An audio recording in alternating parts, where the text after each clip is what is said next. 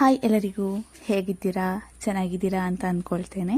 ಇವತ್ತಿನ ವಿಡಿಯೋ ಮನೆಯಲ್ಲಿಯೇ ಹೇಗೆ ಚಿಕನ್ ಮಸಾಲ ಪೌಡ್ರ್ ಮಾಡ್ಕೊಳ್ಬೋದು ಅನ್ನುವಂಥದ್ದು. ಅದಕ್ಕಾಗಿ ನಾನಿಲ್ಲಿ 3 ಹಿಡಿ ಆಗುವಷ್ಟು ಧನಿಯಾ ತಗೊಂಡಿದ್ದೇನೆ. ಸ್ವಲ್ಪ ಪ್ರಮಾಣದ ಪುಡಿ ಸಾಕು ಅಂತ ಹೇಳಿದರೆ ಎಲ್ಲ ಮಸಾಲೆ ಐಟಮನ್ನು ಕೂಡ ಸ್ವಲ್ಪನೇ ತಗೊಳ್ಳಿ, ಆಯಿತಾ. ಆಮೇಲೆ ಸ್ವಲ್ಪ ಸೋಂಪು, ಸ್ವಲ್ಪ ಜೀರಿಗೆ, 1 ಚಮಚ ಗಸಗಸೆ, 3-4 ಚಕ್ಕೆ, 1 ನಕ್ಷತ್ರದ ಹೂವು, 1 ಏಲಕ್ಕಿ ತಗೊಂಡಿದ್ದೇನೆ.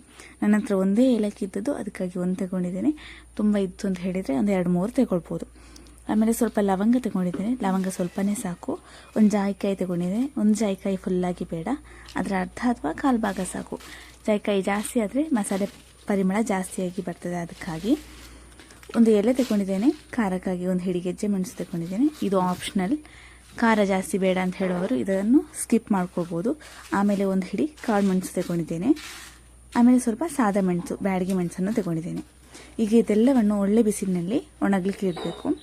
ಅಲ್ಲ ಅಂತ ಹೇಳಿದರೆ ಇದನ್ನೆಲ್ಲವನ್ನು ಡ್ರೈ ಆಗಿ ಎಣ್ಣೆ ಹಾಕದೆ ಹುರ್ಕೊಳ್ಬೋದು.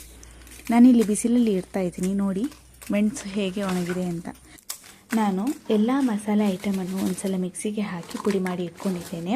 ಈಗ ಮೆಣಸು ಮತ್ತು 1 ಟೀ ಸ್ಪೂನ್ ಆಗುವಷ್ಟು ಅರಿಶಿನ ಹಾಕಿ ನೈಸಾಗಿ ಪುಡಿ ಮಾಡಿಕೊಂಡು ಮೊದಲೇ ಪುಡಿ ಮಾಡಿ ಇಟ್ಕೊಂಡದ್ದಕ್ಕೆ ಹಾಕಿ ಮಿಕ್ಸ್ ಮಾಡಿ 1 ಜರಡಿಗೆ ಹಾಕಿ ಚೆನ್ನಾಗಿ ಜರಡಿ ಹಿಡ್ಕೊಳ್ತಾ ಇದ್ದೀನಿ. ನೋಡಿ ಎಷ್ಟು ನೈಸ್ ಆಗಿದೆ ಪುಡಿ ಅಂತ. ಈ ಪುಡಿಯನ್ನು ಒಂದು ಏರ್ಟೈಟ್ ಕಂಟೈನರಲ್ಲಿ ಸ್ಟೋರ್ ಮಾಡಿ ಇಟ್ಕೊಳ್ಬೋದು. ಅವಶ್ಯಕತೆ ಬಂದಾಗ ಉಪಯೋಗಿಸ್ಕೊಳ್ಬೋದು. ಈ ವಿಡಿಯೋ ಇಷ್ಟ ಆದರೆ ಲೈಕ್ ಮಾಡಿ, ಶೇರ್ ಮಾಡಿ, ಸಬ್ಸ್ಕ್ರೈಬ್ ಮಾಡಿ, ಸಪೋರ್ಟ್ ಮಾಡಿ. ಪೂರ್ತಿ ವಿಡಿಯೋ ನೋಡಿದ್ದಕ್ಕಾಗಿ ಧನ್ಯವಾದಗಳು.